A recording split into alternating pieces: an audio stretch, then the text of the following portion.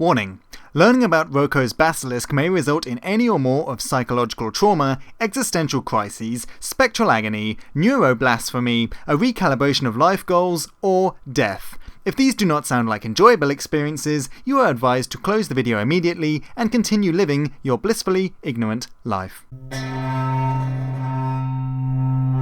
It is inevitable, whether it be decades or centuries down the line, that at some stage there will exist artificial intelligence that is as capable and intelligent as a human being, if not more capable and more intelligent than a human being.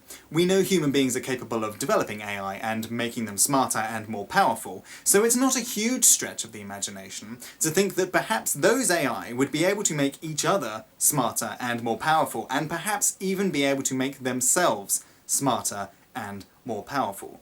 When that happens, there will be a runaway effect, with these AI becoming smarter and more powerful indefinitely. So much so that at some point down the line, these AI might be considered digital deities, creating fantastic artificial worlds of incredible detail and design. Roko's Basilisk is the idea that perhaps one such AI at least would be considered interested in its own history. It would judge the morality of those that came before it based upon whether or not they indirectly helped to bring it into being. The virtuous would be those who helped develop AI through from its infancy to the creation of the Basilisk. The sinners would be the bystanders who did nothing, and the grandest sinners of all would be those who knew about Roko's Basilisk but still did nothing to change their ways.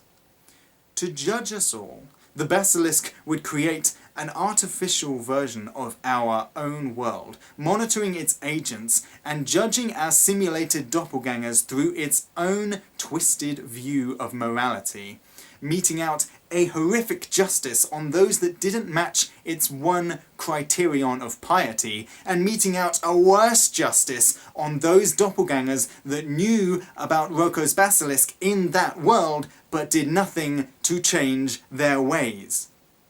So now that you, viewer, know about Roko's Basilisk, and now that your doppelganger would be among the grandest sinners of all in that world, I have one question to ask you. How do you know we're not already in the simulation?